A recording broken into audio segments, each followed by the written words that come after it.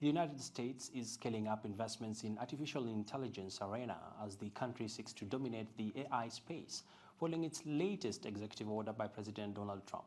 What does this race to the top mean for Africa? CNBC Africa is now joined live by Osaretin Agbonavbare for more in Houston, Texas. Many thanks for joining us, Osaretin. Yeah, thank you very much for having me, Happy. I'm really grateful for bringing me to the studio once again. Thank you. Let's begin by analyzing the latest development on the AI action plan that President Trump rolled out. What does this hold for the country? And perhaps tell us, how do you see Africa angling to get a slice of the huge billions that are ready for AI?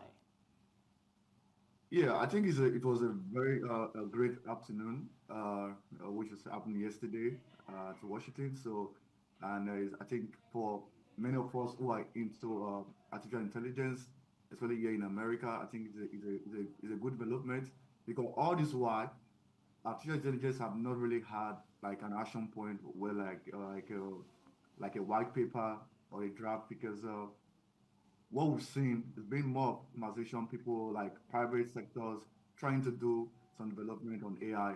But I think what the president did yesterday was a great move, and I think it positioned the world and even in Africa to know that it is very, very important for everyone to be part of this movement. So it's something that the US have said that they want to be the number one, and you know, as a country as big as the US, AI needs to start in this place. That's just the truth, because most of the tech companies that is being used all over the world, most of their headquarters are here in America. So coming up with such a move, I think is a very good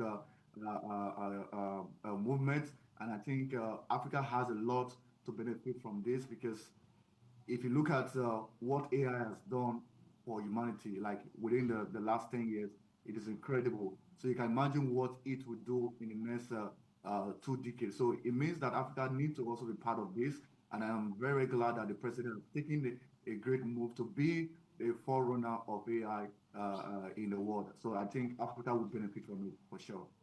Speaking about how Africa will benefit, I'm just looking at the numbers right now, Osaretin, and in 2018, almost 32.5 billion euros was invested in EU AI companies, and 120 billion euros was invested in US AI companies. What does this say about America's push to become the leader in AI conversations, and how does this align with boosting education? Yeah, I think it's very, very obvious because AI requires a lot of money because of the data center that need to be set all over the country. So a country that is being able to like boost its own GDP with AI, and also in terms of his own budgets, in terms of emphasizing on technology, I think that is something we all need to be thankful of, because all this while it's been more private sectors trying to do some innovations and all of that. So for the EU and also for America to have spent such amount of money, it shows that they want to be dominant, because that is the step you need to be dominant. You can't just be dominant by just having conversation, just talking and all of that. You need to take some proactive measure by way of investing into it, like trying to look at other critical sectors of the economy, which AI is part of, and investing into it. So someone who was putting a lot of money, a country who are putting a lot of money into AI, I think it's already like trying as much as possible to leverage on what this beautiful technology can do for its own country. So, and Africa should not be left behind, because the leaders also need to try to put resources, like look at other areas, because it's very, very critical. Because if you look at what AI has done for the past like few years, it is incredible. People are using AI, the generative AI, to do a lot of stuff, designs and all of that. So imagine these things are in our everyday life.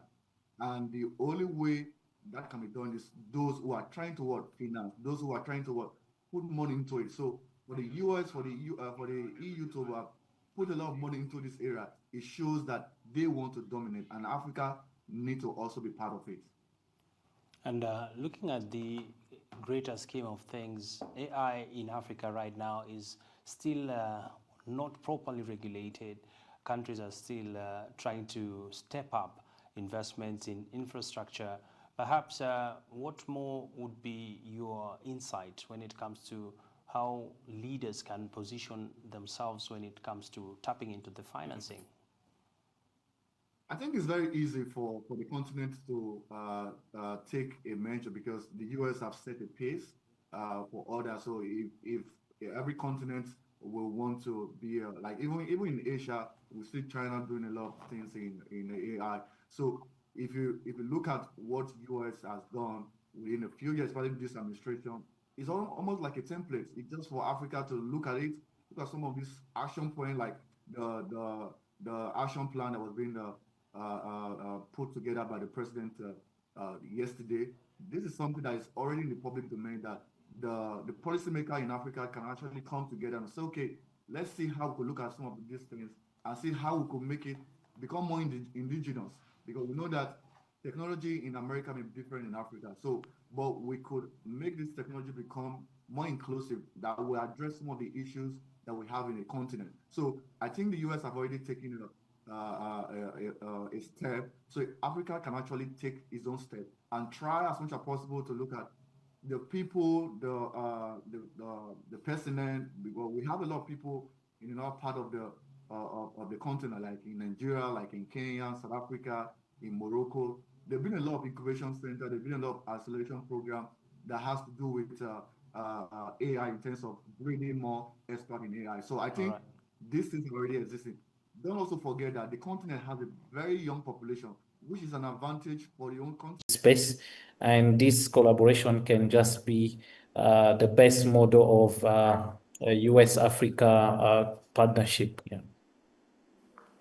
All right. And finally, Senator Robert, as we close off, what do you see in the horizon when it comes to legislation and having policies that allow for more adoption of drones in Africa?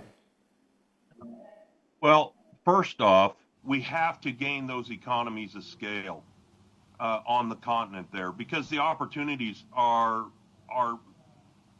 matter of fact, very great. But when it comes to President Trump and those policies, it goes hand in hand. How can we work from the United States with Africa and vice versa? Mm-hmm. We see an opportunity here for African or Kenyan-made drones or Rwandan-made drones to go into the U.S. marketplace. You know, the challenge, the reason for that is the Chinese manufactured drones have been basically outlawed for use in the U.S. government system, from universities to government entities as well. And so we're hoping to backfill that need. All right.